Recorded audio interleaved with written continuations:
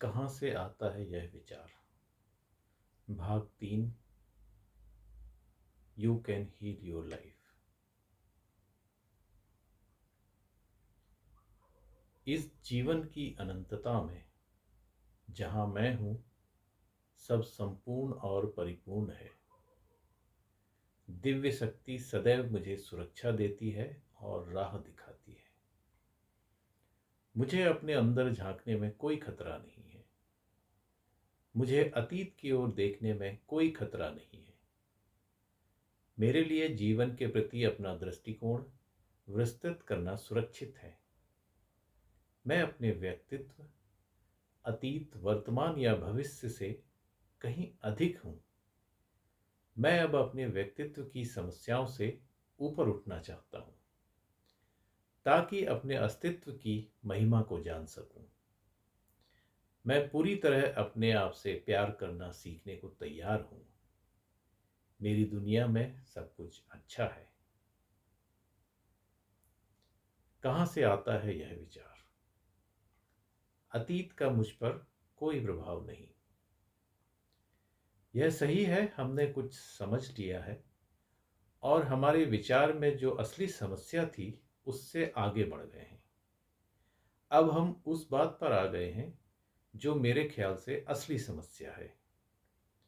हम महसूस करते हैं कि हम उतने बेहतर नहीं हैं और हम अपने आप से प्रेम नहीं करते।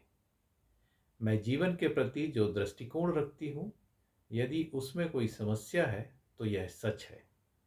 इसीलिए चलिए देखते हैं कि यह विचार आया कहाँ से है।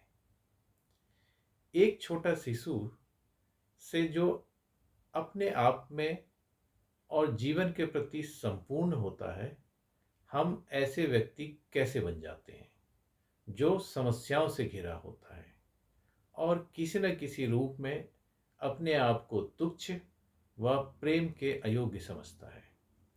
जो लोग पहले से ही खुद से प्रेम करते हैं, वे आगे भी खुद से कुछ अधिक प्रेम कर सकते हैं। गुलाब के बारे में सोचिए, जो पहले एक छोटी सी कली होती है, वह पूर्ण विकसित होकर फूल बनता है और अंतिम पंखुड़ी गिरने तक हमेशा खूबसूरत, हमेशा संपूर्ण, हमेशा परिवर्तनशील होता है। यही हमारे साथ होता है। हम हमेशा संपूर्ण, हमेशा खूबसूरत और सदैव परिवर्तनशील होते हैं। हम अपनी समझ, जागरूकता और ज्ञान के साथ श्रेष्ठ कार्य कर रहे हैं। जैसे जैसे हम और अधिक समझ, जागरूकता व ज्ञान प्राप्त कर लेंगे, तो हम अपने कार्यों को कुछ अलग प्रकार से करेंगे। मानसिक शुद्धिकरण। अब अपने अतीत के बारे में थोड़ा और परखने की जरूरत है ताकि हम उन सभी विश्वास पर नजर डाल सकें जो हमें चला रहे हैं। कुछ लोगों को सफाई प्रक्रिया का यह हिस्सा बहुत पीड़ादायक लगता है, लेकिन ऐसा होना जरूरी नहीं। सफाई करने से पहले हमें देखना चाहिए कि अतीत में क्या है। यदि आप किसी कमरे को अच्छी तरह साफ करना चाहते हैं, तो आप उसमें मौजूद हर चीज को उठा उठा कर देखेंगे। कुछ चीजों को आप प्यार से देखेंगे और उसकी सफाई करके तथा चमका कर उसे एक नया और सुंदर बनाएंगे। कुछ चीजों को फिर से नया रूप देने या मरम्मत की जरूरत होगी और आप उन्हें ध्यान में रख लेंगे। कुछ चीजें दोबारा कभी आपके काम नहीं आएंगी और उन चीजों को हटाना जरूरी हो जाता है। पुरानी पत्रिकाओं और अखबारों तथा गंदे पेपर प्लेटों को निश्चिंत होकर कचरे के डिब्बे में डाला जा सकता है। एक कमरे की सफाई करने में क्रोधित होने की कोई जरूरत नहीं है। बिल्कुल ऐसे ही अपने मन मस्तिष्क के घर की सफाई करना है। केवल इसीलिए क्रोधित होने की कोई जरूरत नहीं है क्योंकि उसके कुछ विश्वास खत्म करने योग्य हैं। उन्हें उतनी ही आसानी से जाने दें जितनी आसानी से आप भोजन करने के बाद बचे हुए टुकड़ों को कूड़ेदान में फेंक देते हैं। क्या आप आज का भोजन तैयार करने के लिए पिछले दिन के कूड़ेदान में हाथ डालेंगे? क्या आप आने वाले कल के अनुभव तैयार करने के लिए पुराने मानसिक कूड़े को कुरेदते हैं? अगर कोई विचार या विश्वास आपके काम नहीं आता, तो उसे जाने दें। ऐसा कोई कानून नहीं है कि कभी आप जिस बात पर विश्वास करते थे, उस पर हमेशा के लिए विश्वास बनाए रखना जरूरी है। आपके कुछ संकुचित विचारों पर नजर डालते हैं और देखते हैं कि वे आते कहां से हैं। विचार, मैं उतना अच्छा नहीं हूं। स्रोत, उसके बारे उसके पिता ने कहा कि वो मूर्ख है। उसने कहा कि वह एक सफल व्यक्ति बनना चाहता था ताकि उसके पिता को उस पर गर्व हो, लेकिन वह अपराध बोध की भावना से भरा हुआ था जिसने उसके अंदर असंतोष उत्पन्न किया, और इसके कारण उसे एक के बाद एक विफलता मिली। पिता ने उसके लिए कई व्यवसायों के लिए पैसा लगाया, लेकिन वे सब असफल हो गए। उसने बदला लेने के लिए विफलताओं का इस्तेमाल किया। उसने अपने पिता को बार बार पैसे देने के लिए मजबूर किया। निश्चित रूप से वह एक असफल व्यक्ति था। विचार, अपने आप से प्रेम की कमी। स्रोत, वह पिता की स्वीकृति पाने की कोशिश कर रही थी। वह अपने पिता की तरह बिल्कुल नहीं बनना चाहती थी। वे किसी भी मुद्दे पर सहमत नहीं होते थे और उनके बीच हमेशा बहस होती थी।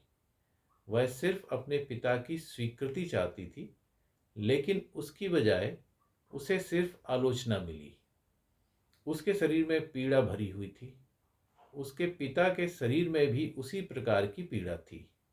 वह समझ नहीं पा रही थी कि उसका रोष उसके दर्द की वजह वजह है, जिस प्रकार उसके पिता का गुस्सा उनके शरीर में दर्द उत्पन्न कर रहा था।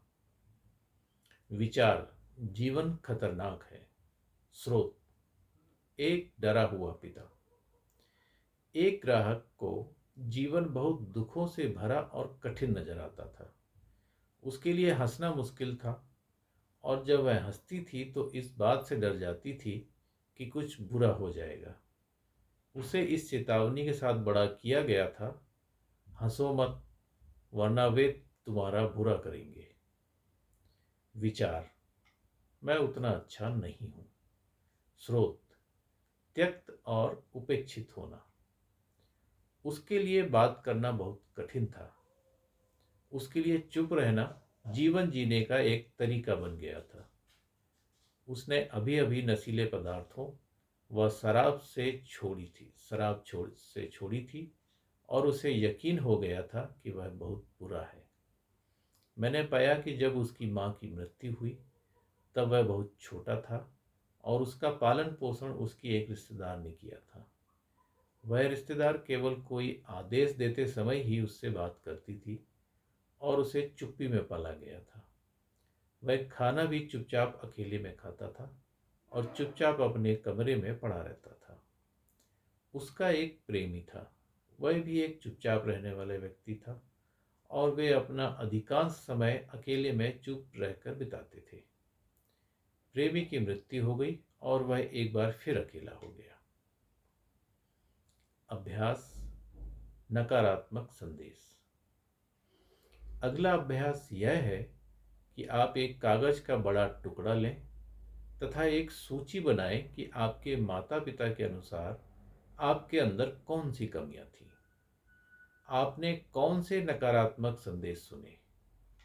अपने आप को पर्याप्त समय दें ताकि आप अधिक से अधिक बातें याद कर सकें।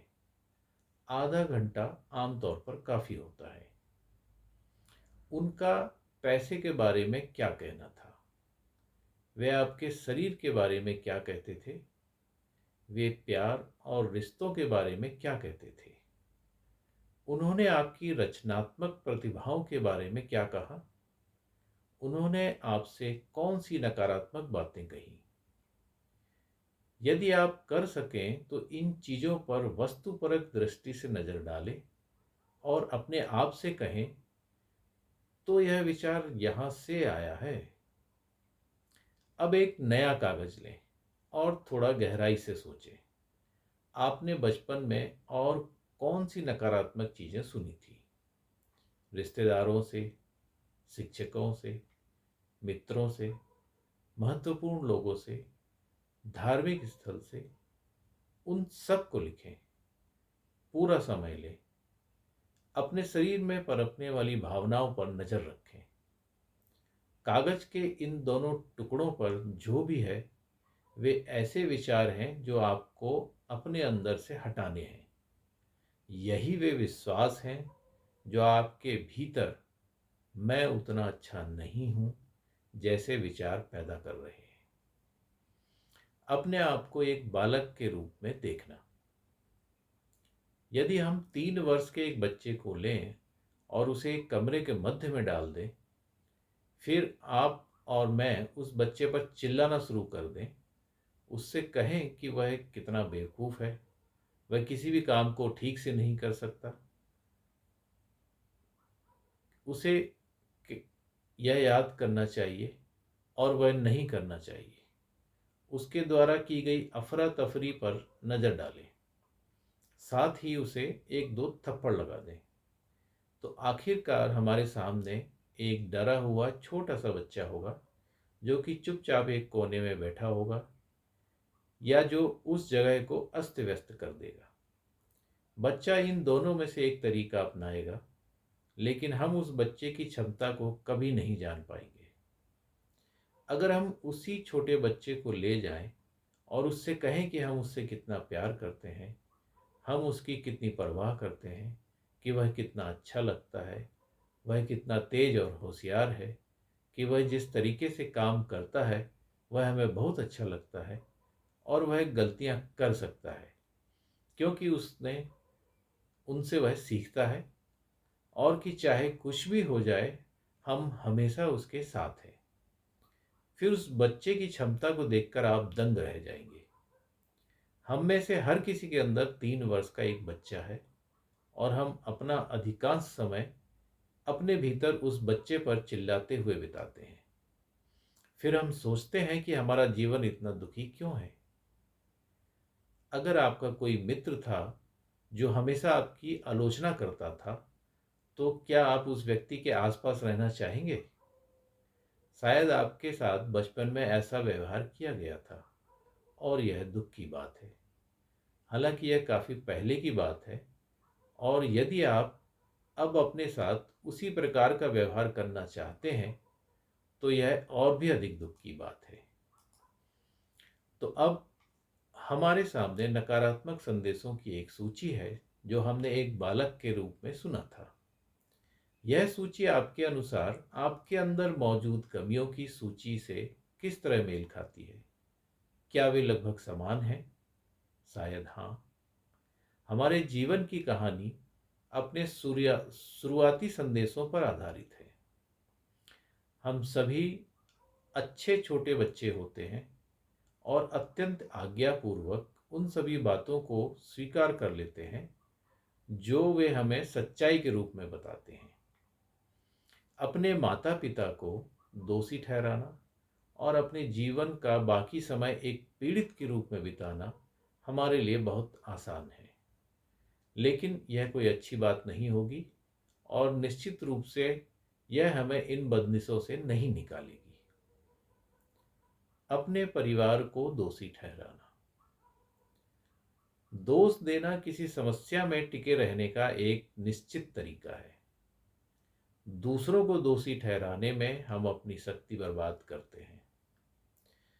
समझना हमें उस समस्या से ऊपर उठने और अपने भविष्य को नियंत्रित करने में मदद करती है। अतीत को बदला नहीं जा सकता, भविष्य हमारी वर्तमान सोच से आकार लेता है। हमारी आज़ादी के लिए यह समझना अनिवार्य है कि हमारे माता पिता के पास जो समझ, जागरूकता और ज्ञान था, उसके साथ वे अपने हिसाब से श्रेष्ठ काम कर रहे थे। जब हम किसी और को दोषी ठहराते हैं, तो हम अपनी जिम्मेदारी नहीं ले रहे होते। जिन लोगों ने हमारे साथ वो सब गलत किया है, वे वैसे ही डरे हुए और आशंकित थे जितने आप हैं। वे उतना ही ऐसा असहाय महसूस करते थे जितना आप करते हैं। वो आपको उतना ही सिखा सकते थे जितना उन्हें सिखाया गया था। आप अपने माता पिता के बचपन के बारे में, खासकर 10 वर्ष की आयु से पहले उनके बचपन के बारे में कितना जानते हैं? यदि अब भी आपके लिए यह पता लगाना संभव है तो उनसे पूछिए। यदि आप अपने माता पिता के बचपन के बारे में पता कर पाते हैं तो आप और अधिक आसानी से समझ पाएंगे कि उन्होंने जो किया वह क्यों किया। यह समझ आपके अंदर संवेदना उत्पन्न करेगी। यदि आपको इस बारे में पता नहीं है और पता नहीं कर सकते तो कल्पना करने का प्रयास करें कि उनका बचपन कैसा रहा होगा। किस प्रकार का बचपन उनके जैसा वयस्क तैयार कर सकता है। आपकी अपनी आज़ादी के लिए इस ज्ञान की जरूरत है। आप जब तक उन्हें मुक्त नहीं करते तब तक आप खुद को मुक्त नहीं कर सकते। आप तब तक अपने आप को माफ नहीं कर सकते जब तक आप उन्हें माफ ना करें। यदि आप उनसे पूर्णता की मांग करते हैं तो आप खुद से भी पूर्णता की मांग करेंगे और फिर अपनी पूरी जिंदगी दुखी रहेंगे। अपने माता पिता को चुनना। मैं इस सिद्धांत से सहमत हूं कि हम खुद अपने माता पिता को चुनते हैं। हम जो सबक सीखते हैं वे हमारे माता पिता की कमजोरियों से पूरी तरह मेल खाते प्रतीत होते हैं। मैं मानती हूं कि हम सभी एक अनंत सफर पर हैं। हम इस धरती पर कुछ खास सबक सीखने के लिए आए हैं जो हमारे आध्यात्मिक विकास के लिए जरूरी है। हम अपना लिंग, अपना रंग, अपना देश चुनते हैं और फिर एक पूर्ण परफेक्ट माता पिता की तलाश करते हैं जो हमारे विचार प्रारूपों को प्रतिबिंबित करते हैं। इस धरती पर हमारा आना स्कूल जाने के समान है। यदि आप ब्यूटिशियन बनना चाहते हैं तो आप वैसे संस्थान में जाएंगे। यदि आप मैकेनिक बनना चाहते हैं तो आप मैकेनिक्स स्कूल में जाएंगे। यदि आप वकील बनना चाहते हैं तो आप लॉ स्कूल में जाएंगे। इस बार आपने जिन माता पिता को चुना है वे उन बातों में पूर्ण है जो चीज़ें आप सीखना चाहते हैं। जब हम बड़े होते हैं तो अक्सर हम अपने माता पिता की ओर उंगलियां उठाते हैं और कहते हैं आपने मेरे साथ ऐसा किया। लेकिन मेरा मानना है कि हमने स्वयं उन्हें चुना है। दूसरों की बात सुनना। जब हम छोटे होते हैं तो हमारे बड़े भाई और बहन हमारे लिए भगवान होते हैं। यदि वे खुश नहीं थे तो शायद उन्होंने वह नाराजगी शारीरिक या शाब्दिक रूप से हमारे ऊपर निकाली। शायद उन्होंने ऐसी बातें कही, यह तुम्हारी गलती है, अपराध बोध डालने के लिए। तुम अभी बच्चे हो, तुम ऐसा नहीं कर सकते, तुम बहुत बहुत बेवकूफ हो, हमारे साथ नहीं खेल सकते। स्कूल में हमारे शिक्षक हम पर काफी प्रभाव डालते हैं। 5वीं कक्षा में एक शिक्षक ने जोर देकर मुझसे कहा था कि मैं नृत्य करने के लिए अधिक लंबी हूँ। मैंने उस पर विश्वास किया और नृत्य करने की अपनी इच्छाओं को दबा दिया जब तक कि मैं नृत्य में अपना कैरियर बनाने की आयु पार नहीं कर गई। क्या आप समझते थे कि परीक्षाएं और ग्रेड केवल यह देखने के लिए थे कि आपको एक निश्चित समय पर कितना ज्ञान था, या आप ऐसे बालक थे जो ऐसी परीक्षाओं और ग्रेडों की मदद से अपना सामर्थ्य आंकते थे? हमारे शुरुआती मित्र जीवन के बारे में अपनी गलत जानकारी हमारे साथ बांटते हैं। स्कूल के दूसरे बच्चे हमें परेशान कर सकते हैं और हमेशा याद रहने वाली चोटें दे सकते हैं। जब मैं छोटी थी तो मेरा अंतिम नाम लुने था और बच्चे मुझे लुनेटिक, पागल कहते थे। पड़ोसियों का भी हम पर प्रभाव होता है, न केवल अपनी टिप्पणियों की वजह से, बल्कि इसलिए भी क्योंकि हमें यह कहा जाता था, पड़ोसी क्या सोचेंगे। उन दूसरे महत्वपूर्ण लोगों के बारे में सोचिए जिन्होंने आपके बचपन में आपको प्रभावित किया था। और निश्चित रूप से पत्रिकाओं में एवं टेलीविज़न पर आने वाले विज्ञापनों में भी सशक्त और प्रेरित करने वाली बातें होती थी। बहुत सारे उत्पाद हमें यह महसूस कराते हुए बेचे जाते हैं कि यदि हमने उनका इस्तेमाल नहीं किया तो हम बेकार या गलत हैं। हम सब यहाँ पर अपनी शुरुआती संकीर्णताओं से आगे बढ़ने के लिए हैं, चाहे वे जो भी रहे हों। हम यहाँ पर अपनी भव्यता और दिव्यता को पहचानने के लिए हैं, चाहे उन्होंने हमसे जो भी कहा हो। आपको अपने नकारात्मक विचारों पर काबू पाना है और मुझे अपने नकारात्मक विचारों पर काबू पाना है। इस जीवन की अनंतता में जहाँ मैं हूँ, सब संपूर्ण और परिपूर्ण है। अतीत मुझसे अधिक शक्तिशाली नहीं है, क्योंकि मैं सीखना और बदलना चाहता हूँ। मैं अतीत को आवश्यक मानता हूँ, क्योंकि वह मुझे आज में लाया है। मैं अभी से नई शुरुआत करने के लिए तैयार हूँ, ताकि मैं अपने मन मस्तिष्क के कमरों को साफ कर सकूँ। मैं जानता हूँ कि इस बात से कोई फर्क नहीं पड़ता कि मैं कहाँ से शुरुआत करता हूँ। इसीलिए अब मैं सबसे छोटे और सबसे आसान कमरों से शुरू करता हूँ, और इस तरह से मुझे तुरंत परिणाम दिखेंगे। मैं इस साहसिक काम के मध्य खड़ा होकर रोमांचित हूँ, क्योंकि मैं जानता हूँ कि मैं इस अनुभव से फिर कभी नहीं गुजरूंगा। मैं स्वयं को मुक्त करने के लिए तैयार हूँ। मेरी दुनिया में सब कुछ अच्छा है। मेरी दुनिया में सब कुछ अच्छा है।